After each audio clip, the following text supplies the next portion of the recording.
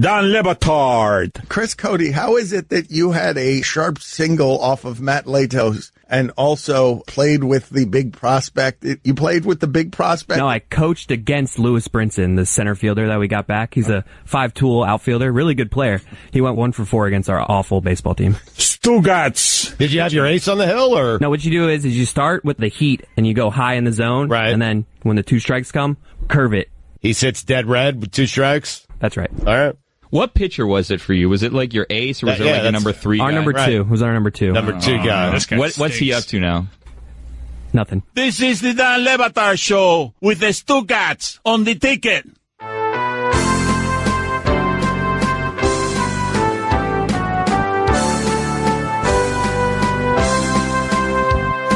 Take me out to the ball game. Take me out with the crowd. Buy me some Burton's fish and chips. With this team, no one gives a so it's root for the International Offshore Holding Corporation. If they don't win, no one cares. For it's 1, 2, 3 strikes, you're out 27 times a game. There are variations of this show over the last, what are we now at, 15, 16, 17 years? Stugats, we've been doing this a long time. Is it 15 years yet? I think it's 15 years, yeah. We're getting pretty close to 15 years. There are a lot of different representations of this show. And some people would argue that this incarnation is the best incarnation of our show. Domonique Foxworth in with us today. We've got a lot of different voices around here, and we feel pretty good about what we're doing. But I think there are several ancillary shows that go on off air that are better than this, the best show we've ever done. Well, many of them involve just Stugats' interactions wandering around life. But one of them, and I don't think people appreciate this, but I get a particular view of one show here that is magical, which is because Stugats' headsets are so loud from doing this for 15 years that I can always hear the stuff in his headset better than he can hear it in his own headset, I get treated to the Billy to Stugats show, which included these gems during the break. I'd take Joe Blanton on this team, and hey, Stugats, Matt Garza is out there. He said that? He did. You can't hear anything. It's amazing. Garza's just swimming around there waiting for someone to fish him up. So is Ubaldo Jimenez, by the way. I'd take a flyer on Ubaldo. Listen to this. I mean, you could have a staff right now. You got Garza, Blanton, Alex Cobb. Little Cobb salad. He's an ace. Don't forget Lackey. Yeah. Oh, Lackey's still out there? Yep. The Marlins should do this. Just put together a bunch of misfits and let them go out there and play some baseball and see what happens. I'm saying it'd be fun. Just out of curiosity, Chris, are those arms we could afford if they're in a no-hitter that we can waste, or we got to save John Lackey's 39-year-old arm too? Jesus. So let me see if I have this straight. Stugats doesn't want an actual baseball team. He doesn't want a team of prospects. He just wants a temporary mishmash of arbitrary unemployed players and see if they could go out there and win 70 games. Mike Pelfrey is out there. Listen, this is what I want. Names that I recognize. I don't care if they're bad names. Just give me some names that I recognize. That's it, that I can care about, maybe. If you tell me suddenly, all of a sudden, it's Batista, Matt Holliday, and Mark Reynolds in the outfield, I'm excited. You know what? I think I might go with Stugats on this one. I really do. It's short-sighted, and it's not prudent in any way, but neither is what they're doing now. Wouldn't it be fun to see Brandon Phillips running around at second base again? A-Rod at third. You have like a tryout, right? The Cansecos will show up. You have a tryout of all these guys. Ozzy's the only one showing up. If A-Rod was offered a deal by the Marlins, would he step out of the booth? Do you think, Guillermo? Wait a minute. Just play wherever you want, A-Rod. Pitch. A-Rod want to pitch? Wait a minute. I love this as a skit. Palmero looking like Tom Hanks in Castaway, dragging a bat behind him on the sidewalk over there near the ballpark, just showing up for a tryout. You know, Canseco would sign up. I mean, this is what we have to do, man. We've done this show about 17 times. It always ends with Tim Tebow. Yeah, we've been doing he's on the Mets, though. Yeah, Chooch is out there still, too. Oh, yeah. Chooch behind the plate, calling some pitches for an A-Rod that's developed a knuckleball.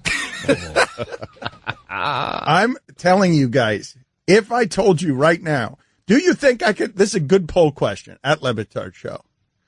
Could I draw bigger crowds than what the Marlins are presently drawing if I just did tryouts for name unemployed players and then signed 9 of them? Could I get a bigger crowd? Could I get larger curiosity crowds doing what Stugatz is saying, which is just go full P.T. Barnum? Just like, you're just trying to do the freak show. I mean, you have to, right? Like, those names that you recognize, people will come see names that they recognize. Oh, yeah. Miami's absolutely coming out for John Lackey and Brandon Phillips. What are you people doing? No, but Barry Bonds, though. Barry Bonds at 50. Yes. Palmeiro. Canseco. All these guys. McGuire going out there taking giant hacks saying, I can do it without PEDs. What a magical way for Palmeiro's career to come full circle. Finishing it at home. Clean. Striking out 240 times. Can we at least do old Marlins like Charles Johnson, Kilvio Veras, Bobby Bonilla? I could be okay with that as well. I'm okay with anything other than this. Wait, you're not going to be okay with Bonilla. I've seen him recently. So we're going to do the show 18 times. How about this? So they're celebrating their 25th anniversary this year, right? And for a series against the Padres, they're wearing like the original teal uniforms. What if they just sent out the original team to play in that series? There you go. With Charlie Huff? Yeah. Charlie Huff is like 80. Knuckleball, man. R.A. Dickey's still out there. So is Charlie Huff. Oh, Huff's out there. Huff's out there. So are the Niekros. Are they both still with us? What? I don't know. The Who's? Watch your mouth. I don't play that. Little too comfortable, Dano. Yeah. I don't know who gave you the card, but I revoke it. Revoked! Charlie Huff is 70. It's a fine. Phil Niekro is still with us. What? You too? I've always been a fan of the Niekros, including the one that cheated.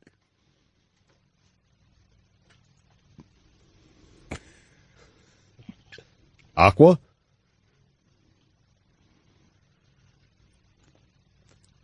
Which one is that? He fell out of character.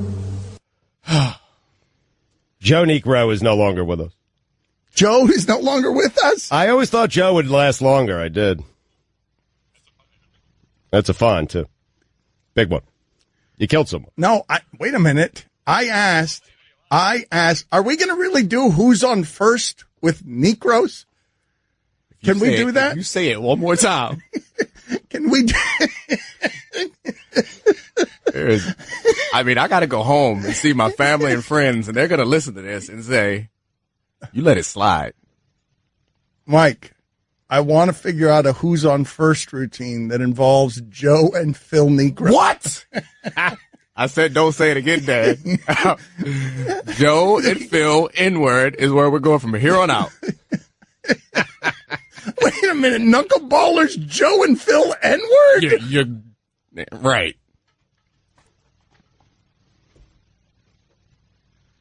Oh, wow.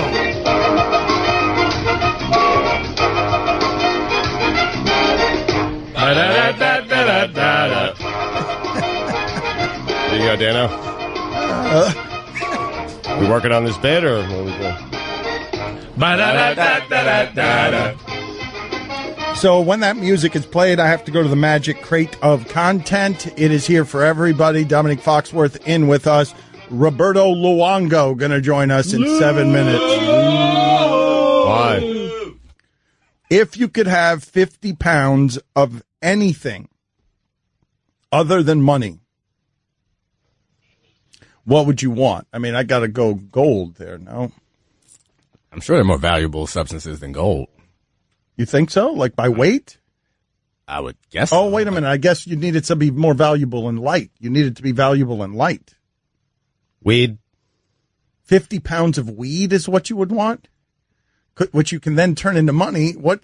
50 pounds of what could you then, 50 pounds of what could you then turn into the most money? I mean, if you're going to go drugs, I feel like you could, again, find something a little more valuable than weed. If we're going to go in this game, Stu, let's go in. Right. So 50 pounds of cocaine would be worth more than 50 pounds of marijuana. It always has to maintain 50 pounds. I wasn't planning on selling it.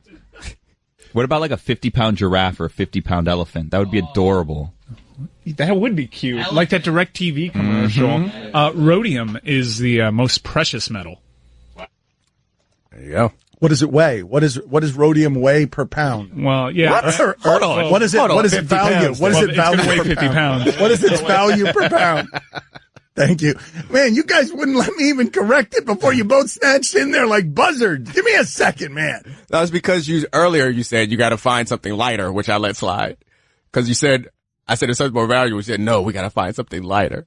No matter what, it's going to equal 50 pounds.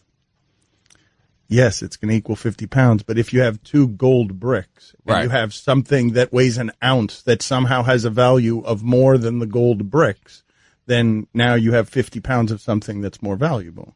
You, sir, when you put those glasses on, genius. I mean, that's what I was doing, though. Which weighs more, though, 50 pounds of bricks or 50 pounds of feathers?